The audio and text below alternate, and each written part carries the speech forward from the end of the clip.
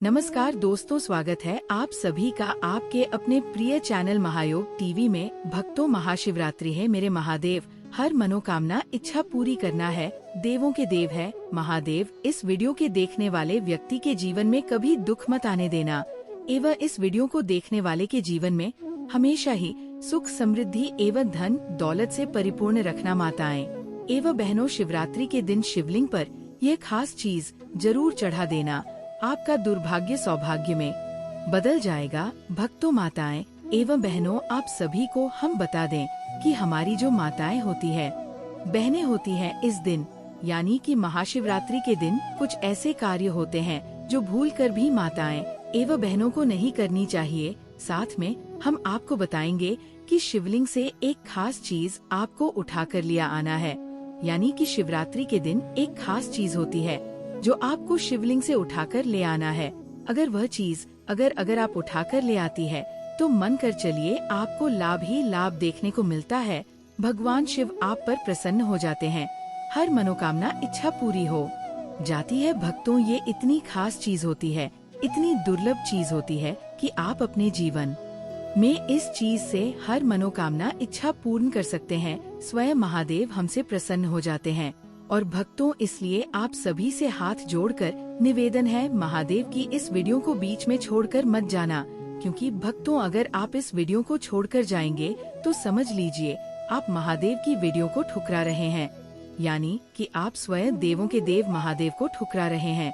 और यानी कि आपको महादेव की अपने जीवन में कोई जरूरत नहीं है। तो आपसे हाथ जोड़कर निवेदन है, सच्चे हृदय से वीडियो जरूर देख लेना और सच्चे हृदय से कमेंट बॉक्स में हर हर महादेव जरूर लिख देना। चलिए हम आपको सभी जानकारी बारी बारी से बताएंगे। सबसे पहले हम आपको बताएंगे शिवरात्रि का शुभ मुहूर्त क्या रहने वाला है। फिर हम आपको बताएंगे कि शिवरात्रि के दिन महादेव पर यानी कि शिवलिंग पर ऐसी कौन सी चीज चढ़ा देना चाहिए जिससे व्यक्ति की किस्मत में रातों रात में ही चमक जाती है, और कौन सी चीज हमें भूलकर भी शिवलिंग पर नहीं चढ़ानी चाहिए। साथ में हम आपको ये भी बताएंगे कि शिवरात्रि की दिन या रात कौन सी वह चीज है जो शिवलिंग से आपको उठाकर अपने घर ले आना है। माँ के चलिए, अगर आप शिवलिंग से ये खास चीज अपने घर ले आते हैं तो आपका दुर्भाग्य सौभाग्य में बदल जाता है। जीवन में नई नई सफलताएं प्राप्त होने लगते हैं, हर मनोकामना इच्छा पूरी हो जाती है। भक्तों, चलिए जान लेते हैं। जय भगवान शिव, जय माता पार्वती है। भगवान शिव इस वीडियो को देखने वाले भक्ति पर अपनी कृपा हमेशा ही बनाए रखना और उनके जीवन में कभी दुख दर्द मत आने देना है। कालों के कल ही महाकाल इस वीडियो को देखने वाले की जीवन में कोई दुख दर्द मत आने देना। भक्तों, चलिए जान लेते हैं। भक्तों, महायोग टीवी चैनल आपको कभी कोई गलत जानकारी नहीं देगा। हर साल महाशिवरात्रि का पर्व महादेव और माता पार्वती के विवाह की वैवाहिक वर्षगांठ के रूप में मनाया जाता है। इसे शिव पार्वती के मिलन का दिन भी कहा जाता है। मान्यता है कि इस तिथि पर शंकर जी और देवी पार्वती की पूजा करने से वह प्रसन्न होते हैं और सभी कष्टों का निवारण करते हैं। वहीं महिलाएं वैवाहिक जीवन सुखमय के लिए महाशिवरात्रि पर निर्जला उपवास रखती हैं। पंचांग की माने तो ये व्रत फाल्गुन मास में कृष्ण पक्ष की चतुर्दशी तिथि पर रखा जाता है। इस बार फाल्गुन कृष्ण चतुर्दशी तिथि 26 फरवरी को सुबह 118 से शुरू होगी और अगले दिन यानी 27 फरवरी 2025 को सुबह 8:52 पर समाप्त होगी। उदया तिथि के आधार पर 26 फरवरी 2025 को महाशिवरात्रि का पर्व मनाया जाएगा। हालांकि इस बार महाशिवरात्रि पर भद्रा का साया बना हुआ है। ऐसे में सवाल ये है कि भद्रा होने पर महाशिवरात्रि पर पूजा का शुभ समय क्या होगा। तो आइए इस लेख के माध्यम से जानते हैं। महाशिवरात्रि पर भद्राकाल का समय पंचांग के अनुसार 26 फरवरी 2025 को महाशिवरात्रि मनाई जाएगी। इस दिन प्रातः 118 से रात्रि 10:05 तक भद्रा साया बना रहेगा। परंतु शास्त्रों का माने तो शिव कालों के काल महाकाल हैं, इसलिए भद्रा का उनकी पूजा पर कोई प्रभाव नहीं होगा और पूरे दिन भोलेनाथ की पूजा की जा सकती है। महाशिवरात्रि शुभ योग 26 फरवरी 2025 को महाशिवरात्रि के दिन श्रवण नक्षत्र बन रहा है, जो शाम 5:08 तक रहेगा। इस दौरान परिधि का संयोग भी रहेगा। अगर आप महाशिवरात्रि के दिन भगवान शिव की कृपा पाना चाहते हैं तो इस दिन शिवलिंग की पूजा करना सबसे उत्तम माना जाता है। इसी के साथ अगर आप महाशिवरात्रि वाले दिन शिवलिंग पर भोलेनाथ की प्रिय चीजों को अर्पित करते हैं तो आपकी सारी मनोकामनाएं महादेव पूर्ण कर देंगे। आइए जानते हैं पूजा पद्धति के अनुसार शिवलिंग पर क्या क्या चढ़ाया जाता है। बेलपत्र शास्त्र में बेलपत्र के बिना शिवलिंग की पूजा करना अधूरा माना गया है। धार्मिक मान्यता है कि शिवलिंग पूजन के दौरान सारी सामग्री चढ़ाने के बाद अगर बेलपत्र नहीं चढ़ाया तो इसकी पूजा का फल प्राप्त नहीं होता है। महाशिवरात्रि वाले दिन शिवलिंग पर बेलपत्र जरूर चढ़ाएं। ऐसा करने से महादेव की अनुकंपा आप पर बरसेगी। धतूरा महाशिवरात्रि वाले दिन अगर आप शिवलिंग की पूजा करते हैं या जलाभिषेक करते हैं तो भगवान शिव को धतूरा जरूर चढ़ाएं। शिवलिंग पूजन में धतूरा चढ़ाने से भोलेनाथ जल्दी प्रसन्न होते हैं। इस दिन धतूरा चढ़ाने से अक्षय पुण्य की प्राप्ति होती है और मन को शांति प्राप्त होती है। भस्म पुराणों में बताया गया है कि भगवान शिव अपने शरीर पर भस्म लगाते हैं। उन्हें भस्म लगाना बहुत प्रिय है। अगर महाशिवरात्रि पर आप शिवलिंग की पूजा करते हैं तो भगवान शिव की कृपा प्राप्त करने के लिए भस्म अवश्य चढ़ाएं। चंदन शिवलिंग पूजन के दौरान भगवान शिव को चंदन के लेप से तिलक लगाने की परंपरा है। जो लोग चंदन का तिलक शिवलिंग पर लगाते हैं उनके घर सुख समृद्धि सदैव बनी रहती है और महादेव की अनुकंपा बरसती है। गंगाजल महाशिवरात्रि के दौरान शिवलिंग का जलाभिषेक करने के लिए गंगा जल का प्रयोग करें। मान्यता है कि ऐसा करने से भोलेनाथ सभी बिगड़े काम बना देते हैं। इस दिन गंगा जल से शिवलिंग का अभिषेक करना बेहद शुभ माना जाता है। अतः गंगा जल शिवलिंग पर चढ़ाने से मोक्ष की प्राप्ति होती है। शहद पूजा पद्धति के अनुसार शिवलिंग पर शहद से अभिषेक करने या इसे चढ़ाने से धन वृद्धि होती है। घी मान्यता है कि शिवलिंग पर गाय का घी चढ़ाने से वंश की वृद्धि होती है। महाशिवरात्रि के दिन शिवलिंग पर घी अर्पित करने से आपके परिवार में खुशहाली आएगी। शमी के पत्ते शिवलिंग पर बेलपत्र की तरह ही शमी के पत्ते चढ़ाने से भोले भोलेनाथ प्रसन्न होते हैं। अगर आप शिवलिंग पूजन के दौरान शम की पत्ती अर्पित करते हैं तो आपके सारे कष्ट महादेव दूर कर देंगे। शिव को कनेर का पुष्प अति प्रिय है। महाशिवरात्रि पर शिवलिंग पूजन के दौरान कनेर का फूल जरूर अर्पित करें और महादेव का आशीर्वाद प्राप्त करें। मान्यता है कि इसे चढ़ाने से सुख समृद्धि और ऐश्वर्य की प्राप्ति होती है। गन्ने का रस गन्ना जीवन में मिठास और सुख का प्रतीक माना जाता है। शास्त्रों से इसे बहुत ही पवित्र माना गया है। प्रेम के देवता कामदेव का धनुष गन्ने से बना है। देव प्रबोधिनी एकादशी के दिन गन्ने का घर बनाकर भगवान विष्णु की देवी तुलसी की पूजा की जाती है। गन्ने के रस से शिवलिंग का अभिषेक करने से धन धान्य की प्राप्ति होती है। भांग भगवान शिव ने हलाहल विष का पान किया है। इस विष के उपचार के लिए कई तरह की जड़ी बूटियों का प्रयोग देवताओं ने किया। इनमें भांग भी एक है, इसलिए भगवान शिव को भांग बेहद प्रिय है। शिवरात्रि के अवसर पर भांग के पत्ते या भांग को पीसकर दूध या जल में घोलकर भगवान शिव का अभिषेक करें तो रोग दोष से मुक्ति मिलती है। चांदी के नाग नागिन यदि किसी की कुंडली में काल सर्प दोष है तो ऐसे व्यक्ति को महाशिवरात्रि के दिन चांदी के नाग नागिन का जोड़ा शिवलिंग पर अर्पित करना चाहिए। यदि किसी के वैवाहिक जीवन में कोई समस्या चल रही है तब भी व्यक्ति को नाग नागिन का जोड़ा शिवलिंग पर अर्पित करना चाहिए। त्रिशूल यदि कोई व्यक्ति अपने शत्रुओं से परेशान है तो शत्रुओं से बचने के लिए महाशिवरात्रि पर त्रिशूल अर्पित करना चाहिए। अगर किसी को अनजान भय सता रहा है या मन में बुरे ख्याल आते हैं तो तब भी त्रिशूल भगवान शिव के मंदिर में महाशिवरात्रि पर यदि आप अर्पित कर देते हैं तो आपको अच्छा लाभ हासिल होगा। डमरू महाशिवरात्रि पर भगवान शिव के मंदिर में जाकर डमरू जरूर अर्पित करें। ऐसे करने से व्यक्ति के जीवन में खुशी और आनंद आता है। साथ ही धन संपदा और पारिवारिक जीवन में खुशियाँ आती है। खड़ाओं अगर किसी के जीवन में कामकाज में एक के बाद एक बाधाएं आ रही हैं, तो व्यक्ति को अपने जीवन में आने वाली बाधाओं से बचने के लिए महाशिवरात्रि पर राव दान करनी चाहिए। ऐसा करने से परलोक के रास्ते का मार्ग आसान हो जाता है। इस दिन सुबह देर तक नहीं सोना चाहिए, जल्दी उठ जाएं और बिना स्नान किए कुछ भी न खाएं। व्रत नहीं है तो भी बिना स्नान किए भोजन ग्रहण नहीं करें। शिवरात्रि पर चावल दाल और गेहूं से बने खाद्य पदार्थों से दूर रहना चाहिए। भक्त जनों को फल दूध चाय कॉफी इत्यादि का सेवन करना चाहिए।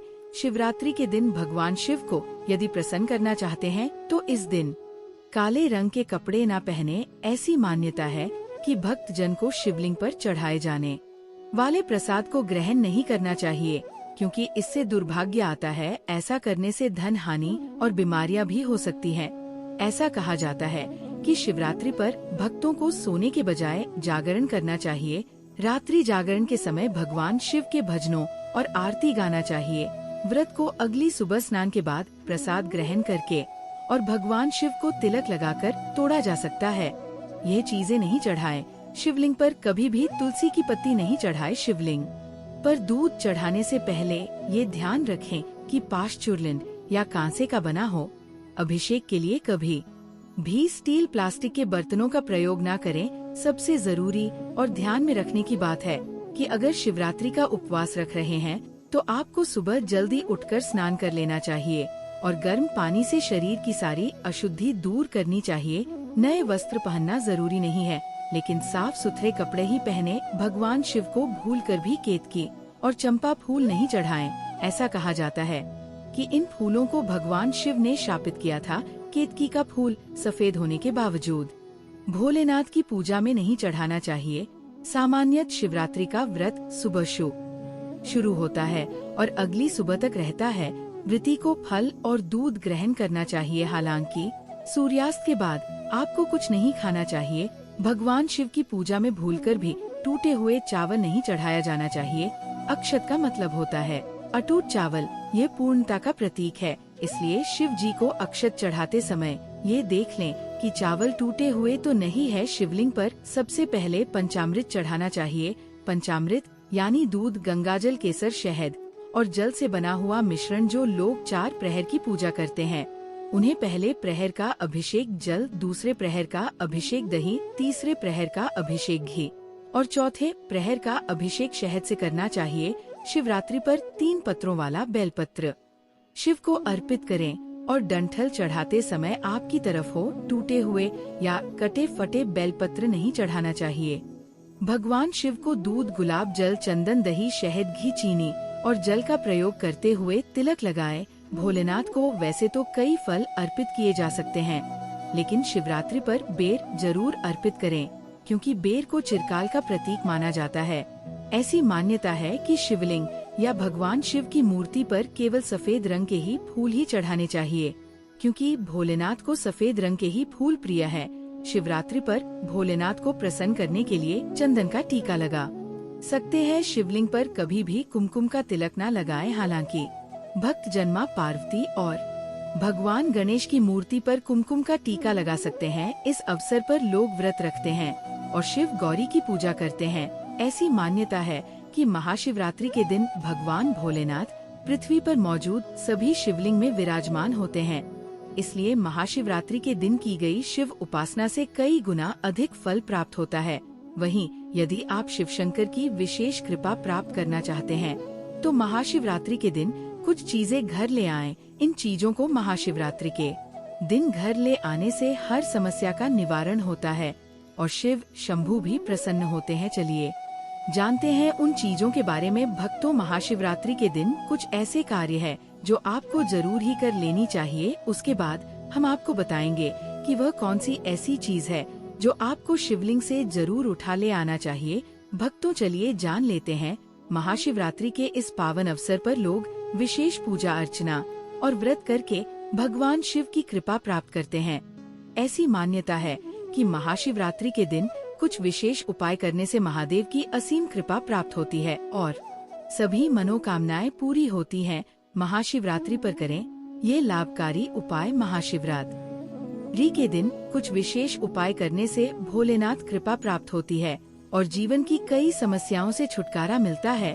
नीचे कुछ उपायों के बारे में बताया गया है। शाम को दीपक जलाना। संध्या काल के समय यानी प्रदोष काल के समय शिव मंदिर में एक दीपक जलाना चाहिए, जो कि पूरी रात जलता रहे। मान्यता है कि ऐसा करने से धन संबंधी सारी समस्याएं दूर होती है और अपार धन धान्य की प्राप्ति होती है। आटे का शिवलिंग बनाना। महाशिवरात्रि के दिन आटे से 11 शिवलिंग बनाकर उनका 11 जल से अभिषेक करना चाहिए। इस चमत्कारी उपाय को करने से संतान प्राप्ति व्यक्ति के योग बनते हैं और वैवाहिक जीवन में खुशहाली आती है। नंदी को हरा चारा खिलाना। पौराणिक मान्यता के अनुसार नंदी बैल को भगवान शिव का वाहन माना गया है। ऐसे में महाशिवरात्रि के दिन नंदी बैल को हरा चारा खिलाएं। ऐसा करने से जीवन में सुख समृद्धि आती है और सारी परेशानियां दूर होती हैं। अन्न का दान करना। महाशिवरात्रि के दिन गरीबों और जरूरतमंद व्यक्तियों को भोजन या अन्न का करना चाहिए। ऐसा करने से घर में कभी अन्न और धन की कमी नहीं होती है और पितरों की आत्मा को भी शांति मिलती है। बेलपत्र का कारगर उपाय। भगवान शिव को बेलपत्र के पत्ते अत्यंत प्रिय माने गए हैं। महाशिवरात्रि के दिन 21 बेलपत्र पर चंदन से एओम नमः शिवाय लिखकर शिवलिंग पर चढ़ाए। मान्यता है कि इससे सारी इच्छाएं पूरी होती हैं और भगवान शिव की विशेष कृपा मिलती है। शम के पत्ते और चमेली के फूल। धार्मिक मान्यता है कि भगवान शिव को शमी के पत्ते बहुत प्रिय हैं। ऐसे में महाशिवरात्रि के दिन शम वृक्ष के पत्तों को भगवान शिव की पूजा में शामिल करने से अपार धन संपदा का आशीर्वाद मिलता है। साथ ही महाशिवरात्रि के दिन भोलेनाथ की पूजा में चमेली के फूलों का भी इस्तेमाल करना भी फलदायी होता है। रुद्राभिषेक और महामृत्यु जय मंत्र। महाशिवरात्रि के दिन रुद्राभिषेक करने का विधान माना जाता है। साथ ही इस दिन महामृत्युंजय मंत्र का जाप करना अत्यंत फलदायी होता है। धार्मिक मान्यता है कि इस दिन इन दोनों काम को करने से सभी कष्ट दूर हो जाते हैं और भगवान शिव की कृपा बरसती है। पारद शिवलिंग। महाशिवरात्रि के दिन पारद शिवलिंग घर ले आएं। इससे वास्तु दोष, काल, सर्प दोष और पितृ दोष से मुक्ति मिलती है। साथ ही शिव पूजा के लिए पारद का शिवलिंग सर्वश्रेष्ठ माना जाता है। रुद्राक्ष को शिव का स्वरूप माना जाता है। जिस घर में रुद्राक्ष होता है वहाँ भोलेनाथ की कृपा बरसती है। ऐसे में महाशिवरात्रि के दिन रुद्राक्ष घर ले आए। कहते हैं रुद्राक्ष साधक के हर रोग, दोष, दुख दूर करता है। तांबे का कलश। महाशिवरात्रि के दिन तांबे का कलश खरीदकर घर ले आएं। इससे परिवार में मिठास आती है। महाशिवरात्रि के दिन शिवलिंग पर तांबे के कलश से ही महादेव का जलाभिषेक करना चाहिए। शिव परिवार की तस्वीर। महाशिवरात्रि के दिन शिव परिवार की तस्वीर घर ले आए। ध्यान रखें उस तस्वीर में भगवान भोलेनाथ, माता गौरी, भगवान गणेश, भगवान कार्तिकेय और उनके सबसे प्रिय गण नंदी और वासुकी हो। शिव परिवार की घर में उपस्थिति होने से आपके परिवार पर उनकी कृपा बनी रहेगी। वाहन और चांदी। महाशिवरात्रि को लोग अबूझ मुहूर्त भी मानते हैं। ऐसे में संभव हो तो महाशिवरात्रि के दिन वाहन और चांदी खरीदे। इससे घर में खुशहाली आती है। भक्त आप सभी को हम बता दें, इस दिन आपको बेलपत्र या फिर धतूरा कहा जाता है। इस दो में से कोई भी एक चीज अपने घर पर ले आएं और उसकी विधि विधान से जिस तरह शिव जी की पूजा करते हैं इस तरह से इसकी पूजा करें और इसके बाद आप अपनी जहाँ पर आप धन रखते हैं वहाँ पर रख दीजिए और फिर देखिए कैसा चमत्कार होता है। आपके घर में कभी धन दौलत की कमी नहीं होगी। बस इसको आपको सच्चे हृदय से रखना है। इस तरह से रखना है कि महादेव अब मेरी हर एक मनोकामना, इच्छा पूरी करेंगे। फिर देखिए आपके जीवन में कैसा नया चमत्कार होता है। आपको लाभ ही लाभ देखने को मिलेगा और हर मनोकामना, इच्छा पूरी होगी।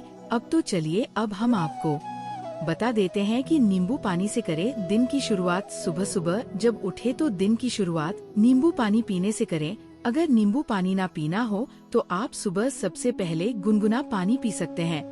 इससे पेट साफ होने में मदद मिलेगी। साथ ही सारा दिन फ्रेशनेस भी बनी रहेगी। वहीं नींबू पानी पीने से शरीर में विटामिन सी की पूर्ति होती है जिससे दिन की शुरुआत भी बेहतर होती है। इसके अलावा दिन भर पानी पीते रहे ताकि शरीर में पानी की कमी ना हो। नाश्ते में क्या खाएं? चूँकि महाशिवरात्रि के दिन आप व्रत करने जा रहे हैं इसलिए आज किसी तरह का इंटेंस वर्कआउट करने से बचे। इससे आपके शरीर में थकान और कमजोरी आ सकती है। इसके बजाय आप आधे घंटे वॉक कर सकते हैं या फिर योगासन कर सकते हैं। इससे पूरा दिन एनर्जेटिक बने रहेंगे। इसके अलावा नाश्ते की बात करें तो आज के दिन की शुरुआत मौसमी फलों से कर सकते हैं। इसमें स्ट्रॉबेरी, आम जैसे फल शामिल हैं। आप चाहें तो नाश्ते में दही या छाछ भी नाश्ते के तौर पर पी सकते हैं। स्मूदी और शेक भी अच्छा विकल्प हो सकता है लेकिन इसमें कम मात्रा में चीनी का इस्तेमाल करें। नाश्ते करने के कुछ देर बाद टी ब्रेक ले लंच में चुने हेल्दी विकल्प। महाशिवरात्रि के दिन है, ऐसे में आप अन्न नहीं खाते हैं इसलिए आधा दिन बीतने के बाद लोगों को वीकनेस महसूस होने लगती है। ऐसे में लंच में ऐसी चीजों का सेवन करें जिससे इंस्टेंट एनर्जी मिल सके और लंबे समय तक पेट भरे होने का एहसास दे। महाशिवरात्रि के दिन लंच के तौर पर आप कुछ सब्जियों जैसे बंद गोभी या ब्रोकली को चीज में सॉट करके खा सकते हैं। आप चाहें तो वेजिटेबल सूप बनाकर भी पी सकते हैं। इस तरह की चीजों में आपको फैट और प्रोटीन की आपूर्ति हो जाती है। स्नैक्स में क्या ले? लंच के बाद अक्सर लोगों को शाम के समय भूख लग जाती है। ऐसे में आप स्नैक्स भी खा सकते हैं। स्नैक्स के तौर पर आप फलों का सेवन कर सकते हैं। फलों में केला आदि चीजें ले। केला न सिर्फ स्वादिष्ट और हेल्दी फल है, बल्कि ये लंबे तक पेट भरे रहने का एहसास भी कराता है। डिनर में लें अच्छे ऑप्शन। लंच की ही तरह आप डिनर में भी वेजिटेबल सोटे करके खा सकते हैं। इसके लिए ब्रोकली, शिमला मिर्च, जुकनी जैसी हेल्दी सब्जियों को चुनें। इसे आप घी में फ्राई कर सकते हैं। इसमें सेंधा नमक का प्रयोग किया जा सकता है। अच्छी तरह सोटे करके खाएं। इसके अलावा पर्याप्त मात्रा में पानी भी पिए। पानी पीने से शरीर हाइड्रेट रहता है और थकान नहीं होती है। चलिए जान लेते हैं महाशिवरात्रि की प्राचीन कथा। भगवान शिव की महिमा सुनकर एक बार आशीहु ने सूत जी से कहा है, सूत जी, आपकी अमृतम वाणी और आशुतोष भगवान शिव की महिमा सुनकर तो हम परम आनंदित हुए। हमें कोई शिव जी से संबंधित उत्तम व्रत की कथा विस्तार पूर्वक कहिए। तब सूत जी ने कहा है, रसगण, आप लोग सावधान होकर सुनिए। मैं यहाँ एक ऐसी प्राचीन कथा कह रहा हूँ जो किसी समय नारद जी से भगवान विष्णु ने कही थी। वो एक निषद की ऐसी अद्भुत कथा है जो प्राणियों के समस्त पापों का नाश करने वाली है। साथ ही जो उत्तम शिवरात्रि का विधान है, ये दृष्टांत रूप में सुनिए। प्राचीन काल में गुरुद्र नामक एक भील निषाद था जो व्याध कर्म किया करता था। वह भीड़ महाक्रूर एवं बलवान भी था। वह प्रतिदिन वन में जाकर मृग का शिकार करता था और अपने परिवार का पालन पोषण व्याध वृत्ति द्वारा किया करता था। साथ ही घोर वनों में छिपकर चोर डाकू का काम भी करता था। किसी समय देव योग से सुंदर महाशिवरात्रि तिथि आ गई, परंतु उस मूढ़ दुरात्मा को क्या पता था, वह अपने कुकर्म में व्यस्त उस घोर जंगल में ही मस्त रहा। तब उसी शिवरात्रि वाले दिन उसकी माता पिता एवं स्त्री ने भूख से तड़पते हुए उससे कहा, अरे वंश, हमें भोजन दो, आज तो घर में कुछ भी आहार नहीं है। बार बार इस प्रकार प्रार्थना करने पर वह व्याध धनुष बाण लेकर शीघ्र ही वन में मृगा पशु पक्षियों के शिकार के लिए निकल पड़ा। चारों ओर वन में घूमने पर भी उसे दुर्भाग्यवश कोई शिकार हाथ न लगा। इसी प्रतीक्षा में संध्या हो चली। जब सूर्यास्त होने लगा तब वो बड़ा दुखी एवं चिंतित हो गया। वह मन में सोचने लगा, हाय, आज मुझे कुछ भी शिकार न मिला, अब कहाँ जाऊँ, क्या करूँ? मुझे साग में कुछ न कुछ शिकार लेकर ही जाना चाहिए, नहीं तो मेरा जीना व्यर्थ है। ऐसा सोच विचार कर वह व्याध किसी जलाशय के तट पर गया और वहीं बैठ गया। वह अपने मन में सोचने लगा, आहो, पानी पीने के लिए यहाँ कोई ना कोई जीव जंतु अवश्य आएगा, तब उसे मारकर अपने घर ले जाऊंगा। और प्रेम पूर्वक अपने कार्य में ऐसा विचार कर वह भील किसी एक बिल्व वृक्ष पर जाल लेकर जा बैठा और प्रतीक्षा करने लगा। देखें कब कोई जंतु पानी पीने के लिए आता है और कब मैं उसे मारकर कृतार्थ होता हूँ। इस विचार से वो भूख प्यास से पीड़ित होता हुआ भी वही एक डाल पर छिपकर बैठ गया। उसी रात के प्रथम पहर में वहाँ एक मृगी आ पहुँची। वो अत्यंत तृषित एवं चकित सी थी, क्योंकि वह छलांग भरती हुई अकेली ही आ रही थी। विष्णु जी कहते हैं, नारद, उसे आता देख। वह व्याध बड़ा प्रसन्न हुआ। आता उसे मारने के लिए उसने अपने धनुष पर तीर चढ़ाया। अब उसे वह मारना ही चाहता था कि इस बीच संयोगवश उसके पात्र का जल तथा कुछ बिल्व पत्र नीचे को आ गिरे, जहाँ उस पेड़ के नीचे एक शिवलिंग पड़ा था। इस प्रकार अनजाने में ही शिवरात्रि के प्रथम याम की पूजा दवात स्वयं हो गई, अर्थात उस पापी व्याध द्वारा भी शिवलिंगाचन जल एवं बिल्व दल के साथ हो गया। उस पूजा के प्रताप से उस पापी के सभी पाप उसी समय नष्ट हो गए। उस समय जल के गिरने एवं पत्तियों के खड़खड़ की आवाज सुनकर वो हिरनी भय से चकित हो गई और व्याध को पेड़ पर देखकर घबरा सी गई और उससे पूछने लगी है, व्याध, तुम यहाँ क्या करना चाहते हो? सो मुझसे यही सही कहो।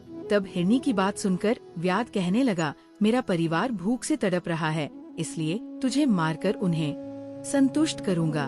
उसके ऐसे कठोर वचन सुनकर तथा भयंकर व्याध को देखकर मृगी सोचने लगी, हाय, अब मैं क्या करूं, कहाँ जाऊं? अब प्राण बचाने का कोई उपाय करना चाहिए। ऐसा सोच विचार कर वह मृगी वहाँ उस व्याध से कहने लगी है, व्याध, यदि मेरे इस शरीर के मांस से तुझे सुख प्राप्त हो तो इससे बढ़कर महान पुण्य और क्या होगा। मैं निसंदेह धन्य हूँ जो किसी के उपकार का साधन बनूंगी, क्योंकि इस संसार में परोपकार से बढ़कर कोई दूसरा धर्म नहीं है। देखो, उपकार करने वाले कृत्य का जो पुण्य कहा गया है, उस पुण्य फल का वर्णन कोई सैकड़ों वर्ष में भी करने में समर्थ नहीं हो सकता। तथापि है वचर, मेरी एक प्रार्थना सुन लो। देखो, मेरे स्थान में बहुत से मृग औने हैं जो अभी बच्चे हैं, उन्हें मैं अपनी बहन को सौंप कर अवश्य में वाऊंगी। मेरा वचन तुम मिथ्या मत समझो, मैं अवश्य अपना वचन सत्य करने के लिए तुम्हारे निकट आऊंगी। तुम तनिक भी संदेह मत करो। सूत जी कहते हैं, है मुनियों, इस प्रकार मृगी द्वारा समझाने पर भी उस व्याध ने जब उसका वचन नहीं माना, तब चकित एवं भयभीत होकर उस मृगी ने निम्नलिखित प्रतिज्ञा की है। व्याध, सुनो, अधिक क्या कहूँ। यदि मैं अपने घर जाकर तेरे पास न आऊं तो मुझे वही दोष पातक लगे जो कृतज्ञ तथा हरि विमुख जन को लगता है। और भी सुनो है, निषाद विश्वासघाती तथा छल कपट करने वाले व्यक्ति को जो पाप लगता, वही पाप मुझे भी लगे यदि मैं घर जाकर पुनः न लौटूं। इस प्रकार अनेक प्रकार से शपथ द्वारा मृगी ने जब व्याध को विश्वास दिलाया, तब उस व्याध ने विश्वस्त होकर कहा, अच्छा, अब तुम जाओ। व्याध के वचन से प्रसन्न हुई हिरणी जल पीकर अपने स्थान को चली गई। तब तक उस व्याध का प्रथम याम बिना अन्न जल एवं निद्रा के ही बीत गया। इसी बीच उस हिरणी की बहन दूसरी मृगी भी जल पीने के लिए वहीं आ पहुंची। उसे देखकर भील ने भी पूर्ववत उसके ऊपर बाण छोड़ना चाहा, तब पुनः उसके पात्र से जलधारा तथा कुछ बिल्व पत्र उस शिवलिंग पर आ गिरे। उस समय पुनः प्रसंग वश दवात महाप्रभु शंकर की पूजा हो गई। ये द्वितीय याम की शिव पूजा व्याध को सुख देने वाली सिद्ध हुई। यह देखकर वह मृगी उस व्याध से बोली है, वंश, ये तुम क्या कर रहे हो? व्याध ने पूर्ववत उससे जो कुछ कहा, उसे सुनकर वो नवागत मृगी बोली है, व्याध, सुनो, मैं धन्य हूँ। मेरा यह देह धारण करना सफल है, क्योंकि मेरे इस अनित्य एवं अधम शरीर से एक महान उपकार कृत्य होगा। किंतु मेरे छोटे छोटे छने जो घर पर हैं, उन्हें मैं अपने गृह स्वामी पति को अर्पित करके पुनः अवश्य लौट आऊंगी। ये सही जानो, मुझे अब जाने दो। ये सुनकर व्याध ने कहा, मैं तुम्हारी बात नहीं मानता, तुम्हें अवश्य मारूंगा। व्याध की बात सुनकर हिरणी ने शपथ पूर्वक पुनः कहा है, व्याध, सुनो, मैं वचन कहती हूँ, यदि ना आ सकी तो वचन तोड़ने का प्रायश्चित मुझे लगेगा, उससे मेरा पुण्य नष्ट होगा है। व्याध, जो विष्णु भक्त होकर शिव की निंदा करता है, उसे जो पाप लगता हो वही मुझे लगे। यदि मैं पुनः ना लौटूं, जो मानव माता पिता की श्राद्ध तिथि को पाकर श्राद्ध नहीं करते, उनको जो पाप लगता है वही मुझे भी लगे। 8वां वचन बद्ध होकर जो पछता कर वही काम करता है, तजजन्य जो पाप होता है वही मुझे भी लगे। यदि मैं कहकर भी पुनः ना लौटूं। सूत जी कहने लगे हैं, मुनियों, मृगी की ऐसी बातें सुनकर व्याध ने उसे भी जाने की अनुमति दे दी। उसने कहा, अच्छा, तुम जाओ। तब वह मृगी भी जल पीकर प्रसन्न होती हुई अपने स्थान को चली गई। तब तक रात्रि का दूसरा पहर भी बिना जल के तथा बिना सोए ही व्यतीत हो गया। इसी बीच जब तृतीय याम बीतने लगा और मृगी के आने में देर होने लगी, तब वह व्याध चकित होकर उसकी खोज में तत्पर हो गया। इसी बीच उस व्याध की दृष्टि पानी पीने के लिए आते हुए एक मृग पर पड़ी। वो नियाद उस हष्ट पुष्ट मृग को देखकर अत्यंत प्रसन्न हो गया। अतः उसने धनुष पर बाण चढ़ाकर झट उसे मारना चाहा। उसी समय उसके ऐसा करते ही दव योग से पुनः कुछ जल एवं बिल्व पत्र उस शिवलिंग पर जा गिरे, जिससे तृतीय याम की पूजा सौभाग्यवश हो गई। ये भूत भावन शिव की अतु की कृपा थी। वहाँ पर उस शब्द को सुनकर मृग ने कहा, अरे, ये तुम क्या कर रहे हो? तब उस व्याध ने कहा, अपने परिवार पालन के लिए तुम्हें मैं मारना चाहता हूँ। सूत जी ने कहा है, मुनियों, व्याध की बातें सुनकर वो प्यासा मृग चिंतित होकर उस व्याध से इस प्रकार कहने लगा, अहो, मैं आज धन्य हूँ जो मेरा ये पुष्ट शरीर संसार की तृप्ति के लिए होगा, क्योंकि जिसका शरीर परोपकार में ना लगा, उसका सारा जीवन व्यर्थ ही हो गया। जो सामर्थ्य पाकर भी दूसरे का उपकार नहीं करता, उसका सामर्थ्य व्यर्थ है, वह परलोक में अवश्य नरक गामी होता है। इसलिए है व्याध इस समय मुझे छोड़ दो, मैं अपने उन छोटे बच्चों को उनकी माता के हाथ सौंपकर तथा उन्हें धैर्य देकर पुनः शीघ्र ही लौटूंगा, इसमें तनिक भी संदेह न करो। उस मृग के निष्कपट भाव से ऐसा कहने पर वो व्याध अपने मन में अत्यंत चकित होकर तत्काल पवित्र मन वाला हो गया और उसके सभी पाप नष्ट हो गए। तब वह पुन मृग से इस प्रकार कहने लगा, इसके पूर्व भी जो मृग आए वे सभी तुम्हारे ही समान मुँह से कहकर अभी तक पुन लौटे नहीं। यह कितनी भारी प्रवचना है। उन्हीं वचनों की भांति तुम भी इस संकट काल में पिन छुड़ाने के लिए झूठ बोलकर चले जाओगे।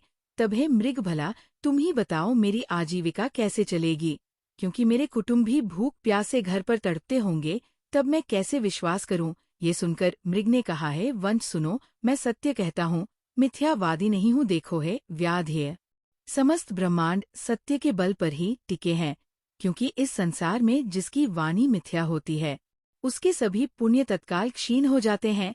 तो भी हे भील, तुम मेरी सत्य प्रतिज्ञा निश्चय ही सुन लो। देखो, जिसके मुख से शिव शब्द ना निकले या मर्त्य होते हुए भी परोपकार ना करे, पर्व के दिन श्री फल तोड़ने तथा अभ्य भक्षण करने में जो पाप होता है वह मुझे लगे है निषाद। जो शिव जी का पूजन नहीं करते, जो बिना भस्म त्रिपुण लगाए ही अन्नाहार करते हैं, ऐसे पापियों का दोष मुझे लगे, यदि मैं जाकर पुनः ना लौटूं। सूत जी कहते हैं, हे मुनियों, मृग की सत्यवाणी सुनकर व्याध ने उससे भी कहा, अच्छा जाओ, पर शीघ्र ही लौट आओ। ये सुनकर मृग ने वहां पानी पिया और चल दिया। मृग ने जाकर व्याध का वचन सबसे कह सुनाया। तब उन सभी मृगों ने आपस में विचार करके एकमत होकर संगठित रूप से अपने स्थान पर ही प्रतिज्ञा कर ली कि सत्य से बढ़कर संसार में कुछ भी नहीं है, अतः हम लोगों को सत्य पाश से नियंत्रित होकर निश्चय ही वहां जाना चाहिए। तब वे सभी मृग अपने बालकों को वही धैर्य प्रदान करके व्याध के पास चलने को तैयार हो गए। उस मृग की कई पत्नियां थीं, उनमें जो सबसे बड़ी थी उसने पहले अपने स्वामी से कहा है, स्वामी आप यहीं रह जाएं, क्योंकि आपके बिना ये बच्चे कैसे ठहर सकेंगे। दूसरी बात यह है कि मैंने वहां सर्वप्रथम जाने का शपथ ग्रहण किया था, इस कारण मुझे ही पहले वहां जाना चाहिए, आप यहीं रहिए। उसकी ये वाणी सुनकर छोटी मृगी बोल उठी, प्रभु मैं आपकी दासी हूँ, आते ही वहां जा रही हूँ, आप यहीं रहे। उसकी विनती सुनकर मृग ने पुनः कहा, नहीं नहीं, वहां मुझे ही जाना चाहिए, तुम दोनों यहाँ पर रह जाओ, क्योंकि शिशु रक्षा का कार्य माता ही भली भांति कर सकती है। अपने स्वामी का वचन सुनकर उन मृगियों ने प्रेम से कहा, नहीं प्रभु, ये भारतीय धर्म मर्यादा के विरुद्ध है कि पत्नी के रहते पति पहले मरे, क्योंकि बिना पति के स्त्रियों के वैधव्य जीवन को धिक्कार है, हम सभी चलेंगे। ऐसा विचार विमर्श करके वे मृगी तथा मृग अपने बच्चों को धैर्य देकर तथा उन्हें अपने सहवास किसी अन्य पशु को सौंपकर सभी वहां शीघ्र चले गए जहां वह निषद था। उनके चले जाने पर हिरनी के बच्चे भी उनके खूर चिन्हों के अनुसार उछलते कूदते वहां तक जा पहुंचे, क्योंकि उन मृग छन ने अपने मन में ठीक ही सोच लिया था कि उनकी जैसी गति होगी वैसी हम लोगों की होवे। उन मृग झंडों को देखकर व्याध बड़ा प्रसन्न हुआ, अतः उन्हें मारने के लिए जो ही धनुष पर तीर चढ़ आया, त्यों ही पूर्ववत पुनः कुछ जल एवं बिल्व पत्र उस शिवलिंग पर गिर पड़े हैं, जिससे उस रात्रि के चौथे पहर की पूजा अचानक हो गई। इस प्रकार उस व्याध के सभी पाप क्षण भर में जलकर भस्म हो गए, अर्थात वो निषाद अब निष्पाप हो गया। उस समय उन दोनों मृगयों तथा उस मृग ने साथ ही कहा है, व्याध व आप कृपा करके हम लोगों के जीवन सार्थक करें। सूत जी कहते हैं, मुनियों, इस प्रकार उन मृगों के वचन सुनकर व्याध दुष्ट संज्ञान का भागी बन गया और अपने मन में सोचने लगा, अहो यह मृग धन्य है जो ज्ञानहीन पशु होते हुए भी संगठित है और अपने शरीर का त्याग करके भी परोपकार परायण हो रहे हैं। अत्यंत दुख की बात है कि मैंने मनुष्य जीवन पाकर भी कौन सा पुण्य कमाया, क्योंकि आज तक दूसरों के शरीर को कष्ट देकर ही तो मैंने अपने शरीर को पाला पोसा, यही ही नहीं बल्कि अनेकानेक पापों द्वारा नित्य अपने परिवार का पालन पोषण किया है। जन्म भर अपने किए हुए दुष्कर्म का कैसा कुफल मैं पाऊंगा। इस समय इस प्रकार चिंता करते हुए मेरे इस जीवन को धिक्कार है। इस प्रकार से ज्ञान उत्पन्न होने पर उस व्याध ने अपना बाण एवं धनुष उतारते हुए उस समय कहा है, श्रेष्ठ मृगगण तुम धन्य हो, अतः अब आनंद पूर्वक अपने स्थान की ओर जाओ। सूत जी कहते हैं, हे मुनियों, व्याध के ऐसा कहने पर शिवजी ने उस पर प्रसन्न होकर उसके द्वारा अनजाने में भी पूजित अपने सर्वमान्य दिव्य स्वरूप का प्रत्यक्ष दर्शन दिया। उस व्याध को अपने हाथों से स्पर्श करते हुए शिवजी प्रेम पूर्वक बोले, प्रिय निषाद, तुम्हारे इस विचित्र शिवरात्रि व्रत से मैं अत्यंत प्रसन्न हूँ।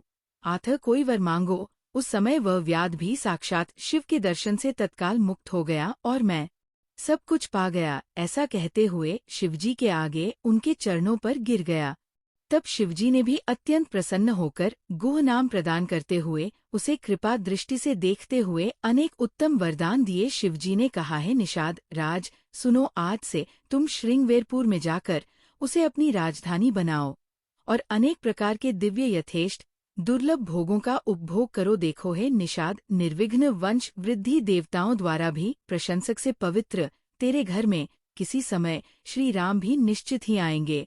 मेरे भक्तों के साथ स्नेह रखने वाले वे राम आकर तुम्हारे साथ मैत्री करेंगे और मेरी सेवा से आसक्त चित्त वाले तुम अवश्य देव दुर्लभ मुक्ति प्राप्त करोगे। सूत जी कहते हैं, मुनि वृंद, इसी बीच श्री शंकर जी का दर्शन कर वे सभी मृग तत्काल पशु योनि का परित्याग करके विमुक्त हो गए, अर्थात दिव्य विमान पर दिव्य शरीर से बैठकर वे सभी मृग उसी समय पूर्व शाप से मुक्त होकर स्वर्ग लोक को चले गए। उधर पुनः विष्णु भगवान नारद से कहने लगे हैं, मुने, वहां अर्बुद पर्वत पर शिवजी व्यादेश नाम से प्रसिद्ध हुए, जो दर्शन एवं पूजन मात्र से शिव भक्तों को भक्ति मुक्ति प्रदान करते हैं। मुनिवर नारद, उसी दिन से वह निषाद भी अनेक दिव्य भोगों को भोग करके भगवान राम की अनुकंपा से शिव सायु प्राप्त कर संसार से मुक्त हो गया। इस प्रकार अज्ञानतावश भी उसने शिव व्रत के प्रताप से यदि सायुज्य मुक्ति तक को प्राप्त कर लिया तो फिर अन्य भक्तों की क्या कथा है। वे तो तन्मय होकर साक्षात शिव स्वरूप ही हो जाते हैं। इसलिए है मुनियों, सब शास्त्रों को विचार कर तथा अनेकानेक तीर्थदान तथा अनेक प्रकार के विचित्र एवं पवित्र यज्ञ भी हैं, सर्वोत्तम व्रत भी है। यद्यपि यहाँ अनेक व्रत विधान, अनेक तीर्थदान तथा अनेक प्रकार के जप तप संयम नियम भी है, तथापि उनमें कोई भी इस शिवरात्रि व्रत के समान नहीं है। ये शास्त्र पुराणों का निश्चित निर्णय है। इसलिए अपनी भलाई चाहने वालों को चाहिए कि इस शुभ व्रत का पालन अवश्य करें, क्योंकि यह दिव्य शिवरात्रि व्रत सर्वदा साधक को भक्ति मुक्ति देने वाला है। सूत जी कहने लगे हैं, ऋषिगणों, यह कल्याणप्रद शिवरात्रि व्रत मैंने आप लोगों को सुना दिया है, जो संसार में व्रत राज के नाम से प्रसिद्ध है। ऋषियों ने पुनः पूछा है, सूत जी, अभी आपने मुक्ति की चर्चा की है, उसमें क्या होता है और मुक्त हुए पुरुषों की कैसी दशा स्थिति होती है, ये भी हम लोगों को बताइए। तब सूत जी ने कहा है, मुनियों, सावधान होकर सुने, मैं कह रहा हूँ, संसार के क्लेश आवागम को हरने वाली तथा परमानंद देने वाली वह मुक्ति 4 प्रकार की कही गई है। 1, सारूप्य भगवान के समान रूप होना। 2, सालोक्य भगवान के लोक में रहना। 3, सानिध्य भगवान के निकट पार्षद बनकर रहना तथा 4, सायुज्य मुक्ति भगवान में मिल जाना। ये चौथी मुक्ति शिवरात्रि व्रत से प्राप्त होती है, जो चारों में उत्तम है। भक्तों, वीडियो कैसी लगी कमेंट करके जरूर बताएं। अगर वीडियो अच्छी लगी हो तो महायोग टीवी चैनल को जरूर सब्सक्राइब करें। धन्यवाद दोस्तों, वीडियो देखने के लिए मिलते हैं नई वीडियो में।